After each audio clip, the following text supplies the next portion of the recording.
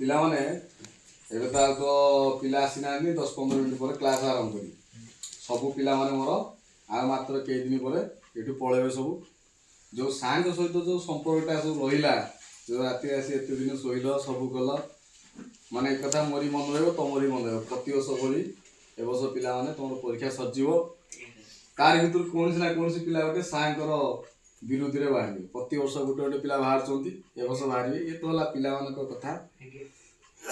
ମୋରି ଗାଁରେ ଯେମିତି ଦେଖ 2015 ମସିହାରୁ 2026 ମସିହା ଭିତରେ ମୋରି ପାଖରେ ପାଠ ପଢ଼ି ଯାଇଥିବା ପିଲାମାନେ ଏଠି ପାଠ ପଢ଼ା ସରିଗଲା ପରେ କ'ଣ କହିବା, ସେମାନେ ମୋ ଠାରୁ ବି ବଡ଼ ମାନେ ଗୁରୁ ହେଇଯାନ୍ତି।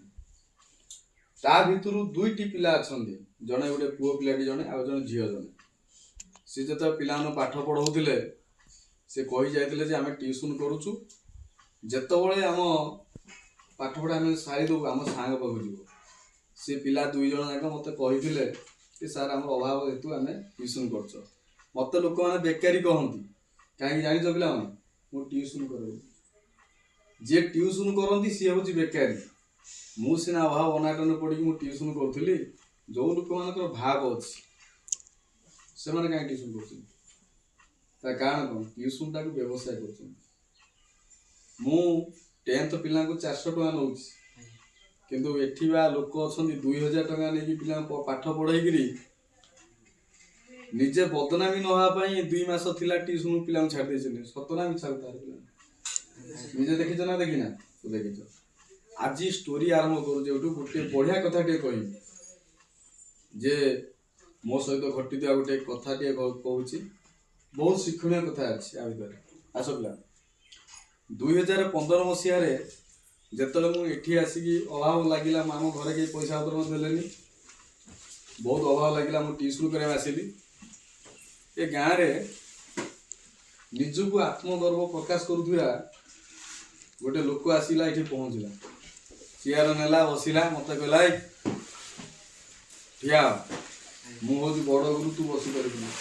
ଯେହେତୁ ସେ ମୋ ବୟସରେ ବଡ଼ ଥିଲା ମୁଁ ଠିଆ ହେଲି। ମୋତେ ସିଧା ସକଲା ତୁ ଟିଉସନ୍ କର ନା।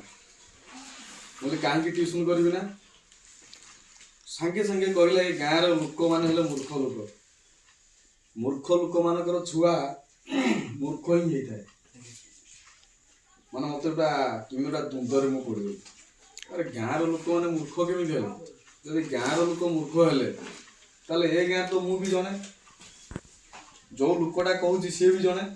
ଯଦି ଗାଁର ଲୋକ ମୂର୍ଖ ହେଲେ ତାହେଲେ ଆମେ କେମିତି କ'ଣ ପାଠ ହେଲେ? ମୋତେ କହିଲେ ତୁ ଜମା ଟିଉସନ୍ କରୁନା, ମୁଁ ବାହାରେ ଯାଇକି ପାଠ ପଢ଼ଉଛି, ମାସକୁ 20 ଲକ୍ଷ ଟଙ୍କା ରୋଜଗାର କରୁଛି। ଗର୍ବ ଅହଙ୍କାର ସବୁ ଜିନିଷ ଦେଖିବି। ବିଦ୍ୟା ଅଟେ ମହାଧନ, ବାଳକେ କର ଉପାର୍ଜନ। ବିଦ୍ୟା ଠାରୁ ବଡ଼ ଧନ ଆଉ ଜୀବନରେ କିଛି ନାହିଁ। ଆକୁ ସମସ୍ତେ ଅର୍ଜନ କରିବା ଦରକାର। ଦୁନିଆରେ ଯେତେ ଧନ ସମ୍ପତ୍ତି ଯାହା ଅଛି, ବିଦ୍ୟା ଠାରୁ ବଡ଼ ଧନ କେହି ନାହିଁ। ମୋତେ ଡାଇରେକ୍ଟ ସେଠୁ କହିଲା ତୁ ଟିଉସନ୍ ବନ୍ଦ କର। ମୁଁ କହିଲି କାହିଁ ବନ୍ଦ କରିବି? ଯଦି ମୁଁ ଟିଉସନ୍ ବନ୍ଦ କରିବି ତାହେଲେ ଗୋଟେ କାମ କର, ତମେ ତ କହୁଛ ମାସକୁ 20 ଲକ୍ଷ ଲେଖାଏଁ ଦରମା ପାଉଛ, ମୋତେ 5 ଲକ୍ଷ ଟଙ୍କା ଦିଅ, ମୁଁ 5 ବର୍ଷ ପରେ ତମକୁ 10 ଲକ୍ଷ ଟଙ୍କା ଦେଇଦେବି। ମୁଁ ପାଠ ପଢ଼ିକି କେଉଁ ଜାଗାରେ ଏନ୍ଗେଜ୍ ହେଲା ପରେ ମୁଁ ଦେଇଦେବି। ତାପରେ ମୋ ସହିତ ଅସନ୍ତୁଷ୍ଟ ହେଇକି ମୋତେ ଖରାପ ଖରାପ କଥା ମୋତେ କହିଲେ। ତାପରେ ମୋତେ କହିଲେ ମୁଁ ଯେତେବେଳେ ଆସିକି ଗାଁରେ ଟିଉସନ୍ କରିବି ତୋ ପାଖରେ କେହି ନଥିବେ। ପଏଣ୍ଟ ଉପରକୁ ମୁଁ ସେଇଠୁ ଆସିଲି। ଯେଉଁ ଲୋକ ବିଦେଶରେ 20 ଲକ୍ଷ ଟଙ୍କା ପାଉଛି ସେ ଗାଁକୁ ଆସିଲେ ଗାଁରେ ମୂର୍ଖ ଲୋକ, ଗାଁରେ ଅପାଠୁଆ, ସେ ଲୋକଟି କହୁଥିଲା ନା ପୁଣି ଗାଁରେ କେମିତି ଟିଉସନ୍ କରିବ। ସେଠୁ ଜାଣିଲି ଯେ ଗାଁରେ ମୁଁ ଟିଉସନ୍ କରିଛି, ଗୋଟେ ଭଲ ପଦକ୍ଷେପ ନେଇଛି। ତାଙ୍କୁ ଗୋଟେ କଥା କହିଲି, ଯଦି ମୋର ବିଲ ଅଛି ମୁଁ ମୋ ବିଲରେ ଚାଷ ନ କରିକି ବାହାରେ ଭାଗ ଚାଷ କେମିତି? ସେବେଠାରୁ ପିଲା ମୁଁ ପଢ଼ଉଛି। ସେଇ ଲୋକଟି ଗାଁରେ ଆସିଛି ଟିଉସନ୍ କରିବା ପାଇଁ, ନିଜକୁ ମାନେ ଆତ୍ମଗର୍ବ ଦେଖାଉଛି, ମୁଁ ବଡ଼ ମାଷ୍ଟର, ମୁଁ ବଡ଼ ପାଠୁଆ।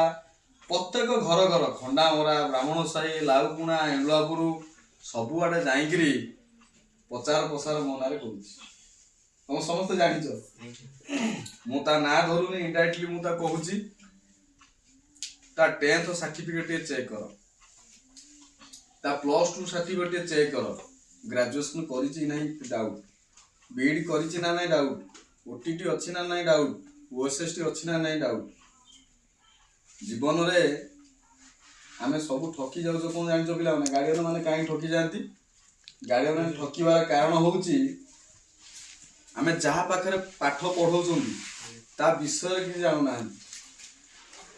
ଯିଏ ବାଡି ଖଣ୍ଡେ ଧରି ପକେଇଲା ସିଏ ମାଷ୍ଟର ହେଇଗଲା। ପିଲା ଖରାପ ହେଲେ କାହାର ଖରାପ ହଉଛି? ଗାର୍ଡିଆନର ପିଲା ଖରାପ ହଉଛି। ମୋର କଣ ଗୋଟେ ନୀତି କଣ ନା, ଯାହାର ପାଠ ନ ହଉଥାଏ ମୁଁ ତା ଗାର୍ଡିଆନକୁ ସିଧାସଳଖ କହିଦିଏ ଯେ ତା ପିଲାଟାର ପାଠ ହଉନି। କିନ୍ତୁ ମିଛ କହିଲେ ପାପ ଧନ ବଢିବ, ପଇସା ରୋଜଗାର ଅଧିକା ହବ। ସତ କହିଲେ କଣ ହବ? ପଇସା ମୋର କମିଯିବ। ମୋର ପଇସା କମିଲେ ଚଳିବ, କିନ୍ତୁ ପିଲାମାନେ ମୁଁ ଦେଖ, ତମ ଯେତିକି ପିଲା ଏଠି ବସିଛ ତମ କାହା ଗାର୍ଡିଆନକୁ ମିଛ କଥା କୁହାଯାଇଛି? ପାଠ ଯଦି ପିଲାଟି ପଢୁଛି ସେ ପିଲାଟି ପଢୁଛି, ଯଦି ପାଠ ପଢୁନି ତାହେଲେ ଗାର୍ଡିଆନକୁ ମନା କରିଦଉଛି ପାଠ ପଢୁନି। ତେଣୁକରି ପିଲାମାନେ ମିଛରେ ନିଜକୁ ଗୋଟେ ବଡ ମାଷ୍ଟର, ବଡ ପଣ୍ଡିତ, ମାନେ ସବୁଠାରୁ ସର୍ବଜ୍ଞ କହିକିରି ମିଛ ସତ କହିକି ସିନା ଧନ ମାନେ ଉପାର୍ଜନ କରିହବ, କିନ୍ତୁ କେତେ ଦିନ? ପରିଶେଷରେ ଡକାୟତ, ଚୋର, ଟାଉଟରରେ ପରିଣତ ହେବା ପାଇଁ ପଡିବ। ତେଣୁକରି ଯିଏ ପ୍ରକୃତ ଶିକ୍ଷକ ସେ କେବେ ହେଲେ ଗୁଡେଇ ଗାଡେ ପିଲାଙ୍କୁ ପ୍ରଶ୍ନ ପଚାରେନି। ଯେ ପ୍ରକୃତ ପାଠୁଆ, ରୋହି ମାଛ, ଭାକୁର ମାଛ ଦେଖିଥିବ, ବଡ ବଡ ମାଛ ମାନେ ଗଭୀର ଜଳରେ ବାସ କରୁଥିଲା ବେଳେ ଛୋଟିଆ ଛୋଟିଆ ମାଛ, ମିନ, ଟିକି ଟିକି ଯୋଉ କିରାଣ୍ଡି, ଫୁଲଫୁଟି, ଏସବୁ ଟେମୁଥାନ୍ତି। କାହିଁ କହିଲ? ନିଜକୁ ମନେ ମନେ ବଡ ଭାବନ୍ତି, କିନ୍ତୁ ପରିଶେଷରେ ଆଗେ କୋଉମାନେ ମରନ୍ତି? ସେଇମାନେ ମରନ୍ତି। ତେଣୁକରି ଜୀବନରେ ମୁଁ ଆଜି ୟୁଟ୍ୟୁବ କାହିଁକି କଲି? ସବୁ ପିଲାମାନେ ଜାଣିବା ଦରକାର। ମୁଁ ମୋ ନିଜର ପର୍ସନାଲ ବ୍ଲଗ ଛାଡୁଥିଲି, ପାଠ ପଢା କେବେ ଛାଡିଛି? କାହିଁକି ଛାଡି ଆରମ୍ଭ କଲି ନା, ଯେତେବେଳେ ଏଇ ଗାଁରେ, ଏଇ ଗାଁ ନାଁ ହଉଛି ଖଣ୍ଡାମରା ରାଜନଗର ଗାଁ, ଯେତେବେଳେ ମିଛ ସତରେ ମୋ ନାଁରେ ବଦନାମ କରି ଆରମ୍ଭ କଲେ, ସେ ପିଲାଙ୍କୁ ନେଇ କାମ କରଉଛି, ସେ ପିଲାଙ୍କୁ ନେଇ ପାଣି ବୋହୁଛି, ପିଲା ଆସି ମୋ ପୁଅକୁ ଧରୁଛନ୍ତି, ଝାଡା କନା ସଫା କରୁଛନ୍ତି, ସେ ଏସା କରୁଛି ତେସା କରୁଛି। ତମେ ଯୋଉ ପିଲାମାନେ ଆଜି ରାତିରେ 4 ମାସ ହେଲାଣି ମୋ ପାଖରେ ରହିଲଣି, ମୁଁ ତମକୁ କହୁଛି, ମୋ ସାମ୍ନାରେ ଭିଡିଓ ମଧ୍ୟ ଚାଲିଛି, ତମେ ସାଙ୍କର ଗୋଟେ ଫଲ୍ଟ ଦେଖେଇଲ, ତମ ତରଫରୁ ଫଲ୍ଟ ହେଇଥାଇପାରେ। ଟିଉସନ କେବେ ଆସିଲ, କଣ କରୁଥିବ, ମାନେ ଏ ଠୁ ଜେଡ୍ ନେଇକିରି ସାଙ୍କର ଚରିତ୍ର ପର୍ଯ୍ୟନ୍ତ କହୁଛି, ଓପନଲି କହୁଛି, ସୋସିଆଲ ମିଡିଆରେ ମଧ୍ୟ ଛାଡି କହୁଛି। 3 ମାସ ହେଇଗଲା, 4 ମାସ ଚାଲିଲା, ତମେ ସାଙ୍କୁ ଦେଖିଛ କେବେ? ଯୋଉ ସାରେ ଜଣକ, ମୁଁ ନିଜକୁ ସାରେ କହୁନି, ମୁଁ ଗୋଟେ ପିଲା, ମୋର ସ୍ତ୍ରୀ ଅଛି, ମୋର ପୁଅ ଅଛି, ସେମାନଙ୍କୁ ସମୟ ନ ଦେଇକିରି ତମ ପାଖରେ ଏଠି ଆସି ବସୁଛି, କଣ ମୋର ସ୍ୱାର୍ଥ ଅଛି? ଗୋଟିଏ ସ୍ୱାର୍ଥ ଅଛି, ମୁଁ ଜାଣିଛ ପିଲାମାନେ, ମୁଁ ଯୋଉ ପିଲାଙ୍କୁ ପାଠ ପଢଉଛି ସେ ପିଲାଟି ଯଦି 200 ଜାଗାରେ 250 ରଖି ଦଉଛି ଆଉ 50 ମାର୍କ ଅଧିକା ରଖି ଦଉଛି, ସେଇଟା ମତେ ଖୁସି ଲାଗିବ। ତା କ୍ୟାରିୟର ପ୍ରଥମ ପାହାଚଟା ଆରମ୍ଭ ହବ। ମୋ ଏଗ୍ନେଷ୍ଟରେ ଗୋଟେ ଟିଉସନ ମଧ୍ୟ ତିଆରି କରାଗଲା, ସମସ୍ତେ ଜାଣିଥିବ, କେବଳ ମୋ ଏଗ୍ନେଷ୍ଟରେ। ଯଦି ପାଠ ପଢିବା ଉଦ୍ଦେଶ୍ୟରେ ଗୋଟେ ଶିକ୍ଷାନୁଷ୍ଠାନ ତିଆରି କରାଯାଏ, ନିଶ୍ଚିତ ଭାବରେ ପିଲା ପାଠ ପଢି ମଣିଷ ହେବେ।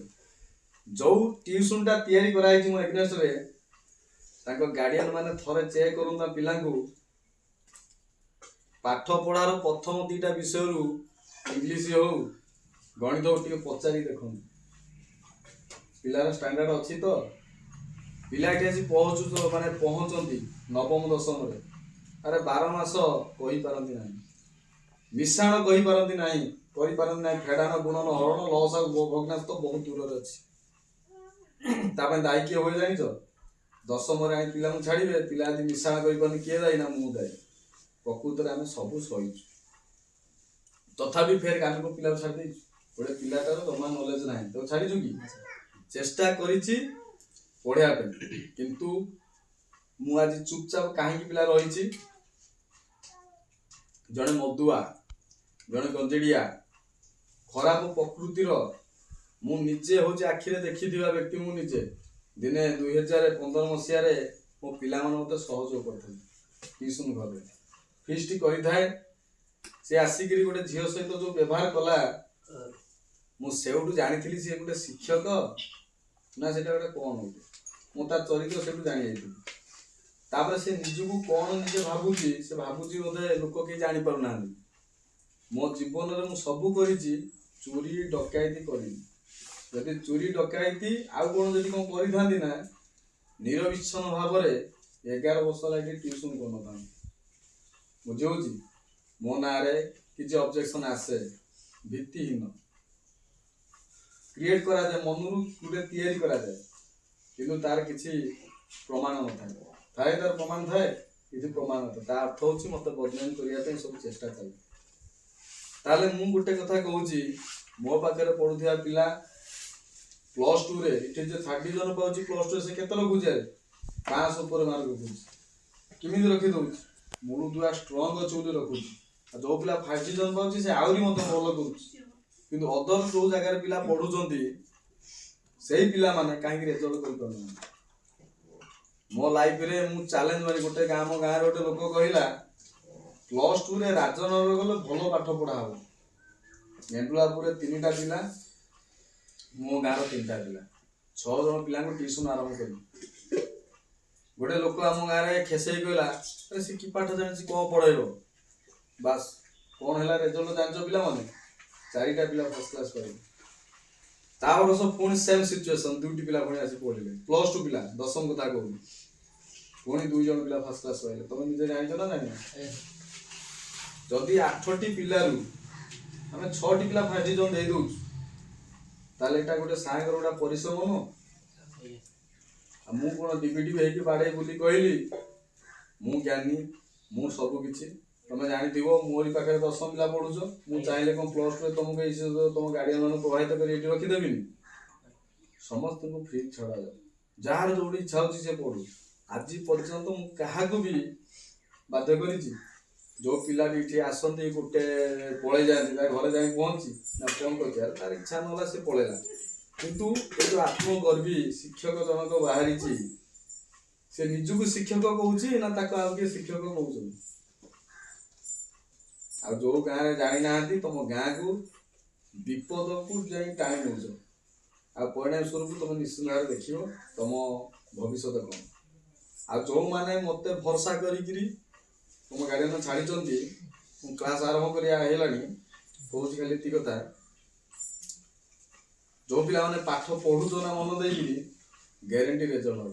ଆଉ ଯୋଉମାନେ ପାଠ ନ ପଢିକିରି ତମେ ଆସୁଛ, ତମେ ନିଜକୁ ନିଜେ ଠକୁଛ।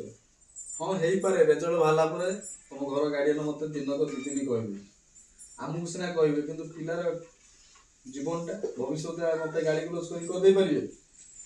ସେଥିପାଇଁ ମୁଁ କହିଲି ମୋର ଯେତିକି ଦାୟିତ୍ୱ ଅଛି, ଗାର୍ଡିଆନ ମାନେ ମଧ୍ୟ ସେତିକି ଦାୟିତ୍ୱ ଅଛି। ଆଜି ମୁଁ କହୁଛି, ମୁଁ କୌଣସି ସାର୍ ନୁହଁ, ମୁଁ ଗୋଟେ ସାଧାରଣ ଗୋଟେ ଗାଁର ଗୋଟେ ପିଲା। ମୋର ବୟସ ବି 45-46 ବର୍ଷ ନୁହଁ, ମୋ ବୟସ ସେ 30-31 ବର୍ଷ ହବ। କିନ୍ତୁ ମୁଁ କାହିଁକି ନିଜକୁ ବୟସ ବଢେଇ କହେ ନା, ଯେତେବେଳେ ମୋର ମ୍ୟାରେଜ ସମୟ ଆସିଥିଲା ପିଲାମାନେ ମୋ ନାଁରେ ମିଛୁଟାରେ ମତେ କହିଦେଇଥିଲେ ମତେ 36 ବର୍ଷ ହେଇଥିଲା। ସେଇ ଅନୁସାରେ ଯେହେତୁ ମୋ ମ୍ୟାରେଜ ହେଇଗଲାଣି 8 ବର୍ଷ ହେଲାଣି, ସେଥିପାଇଁ ମୁଁ 46 ବର୍ଷ କହିଲି। ବୁଝଉଛି? ତେଣୁକରି ବହୁତ କଥା ଅଛି ପିଲାମାନେ। ଏ ଟ୍ୟୁସନ କରିକି କିଏ କେତେ ମତେ ଗାଳିଗୁଲଜ କରୁଛି। ବା ରିସେଣ୍ଟଲି ତ ମାତ୍ର କିଛି ଦିନ ତଳେ ଗୋଟେ ସ୍ତ୍ରୀ ଲୋକ ଆସି ମତେ କୋଉଭଳିଆ ଭାଷା କହିକି ଗଲା, ତମେ ନିଜେ ଦେଖିନା? ପିଲା ଚଗଲା ହେଲା, ମତେ ଆସି ଲୋକ କାଢିକି ଗଲେ, ଖରାପ ଭାଷା କହିଗଲେ। ସବୁ ଧୈର୍ଯ୍ୟ ମୁଁ ଧରୁଛି, କିନ୍ତୁ ପିଲାମାନେ ଏତିକି କଥା ତମକୁ ପିଲାମାନେ କଥା ଦଉଛି, ଆଜି ନୁହେଁ ତ କାଲି ନୁହେଁ, ଯଦି ମୁଁ କୋଉଠି ଏନଗେଜ ହେଇଯାଏ, ମୁଁ ପିଲାମାନଙ୍କୁ ମାଗଣାରେ ପଢେଇବି। ମୁଁ ଏ ଯୋଉ କଥା ଆଜି କହୁଛି, କାଲି ମଧ୍ୟ ସେଇ କଥା କହିବି। କିନ୍ତୁ କାହାକୁ ପଢେଇବି? ଯୋଉ ଗାର୍ଡିଆନ ମାନେ ମତେ ସପୋର୍ଟ କରୁଛନ୍ତି, ଯୋଉ ଗାର୍ଡିଆନ ମାନେ ମତେ ଭରସା ଦେଇକି ପିଲାମାନଙ୍କୁ ଟିକେ ଛାଡିଛନ୍ତି, ଆଉ ତାଙ୍କର ପିଲାମାନେ ପଢିଛନ୍ତି, ତ ସିରିଜ ତ ଲାଗି ରହିଛି। ପିଲାମାନେ ଆହୁରି ଛୋଟ ପିଲାମାନେ ସବୁ ଥିବେ, ଭବିଷ୍ୟତରେ ଆମେ ପଢିବା। ଶିକ୍ଷାଟା ଗୋଟେ ଏମିତିଆ ଜିନିଷ ସରେନି, ତାକୁ ଯେତେ ଦବ ସେତେ ବଢିବ। ଆଉ ଯୋଉ ଆତ୍ମଗର୍ଭୀ ଯୋଉ ଶିକ୍ଷକ ଜଣକ ଅଛି, ଏଇ ଗାଁର ଲୋକଙ୍କୁ ମୂର୍ଖ କହିଲା, ଏ ଗାଁର ପିଲାମାନଙ୍କୁ ମୂର୍ଖ କହିଲା, ଏଠି କି ପଇସା ଦଉଛନ୍ତି, କିନ୍ତୁ ସେଇ ଲୋକ ଦେଖ ଆଜି କେମିତି ପାଗଳା ହଉଛି ଟ୍ୟୁସନ କରିବା ପାଇଁ। ବୁଝଉଛି?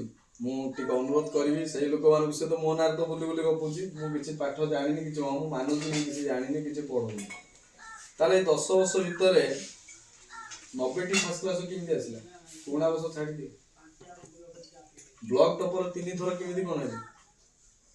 ତମେ ନିଜେ ଜାଣିଛ ନା ଜାଣିନା? ମାର୍କ ଦେଖିଛ ନା ଦେଖିନା? ତେଣୁକରି ମୋର କର୍ମ ଉପରେ ବିଶ୍ୱାସ କରେ, ଆଉ ୟୁଟ୍ୟୁବ କରିବାର କାରଣ ହଉଛି ସେଇଟା। ତାଙ୍କରି ମାନ ପାଇଁ କଲି, କାହିଁକି ନା ଏମାନେ ଯୋଉ ଚାରିଆଡେ ବୁଲିକି ଗପୁଥିଲେ, ପଲେ ଖଣ୍ଡ ପିଲା ଆଣି ପଲେ ଖଣ୍ଡ ପିଲା ପୁରେଇକି ଛାଡ଼ି ଦଉଛି।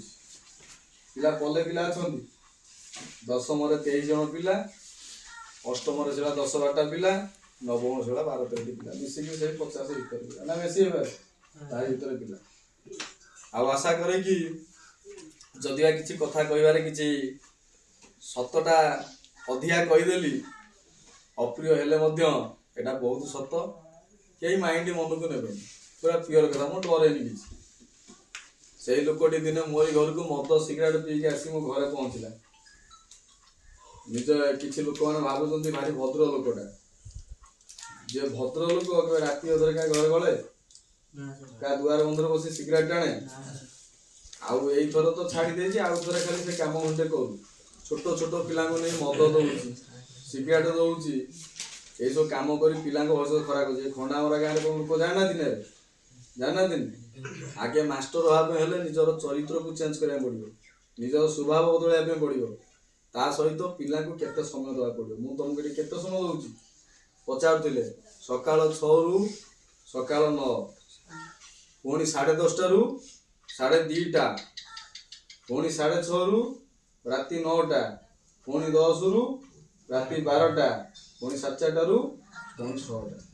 ଏଇଭଳିଆ ସମୟ ଟିକେ ଦେଇକି ପିଲାଙ୍କୁ ଦେଖ 400 ଟଙ୍କାରେ, ତାର ମୁଁ ମାନିଯିବି ତମ ଶିକ୍ଷା। ଆଶା କରି ଆଜିର ଭିଡ଼ିଓ ଭଲ ଲାଗିଛି, ଭଲ ଲାଇକ୍ ସେୟାର କରିବେ। ରହୁଛି, ନମସ୍କାର।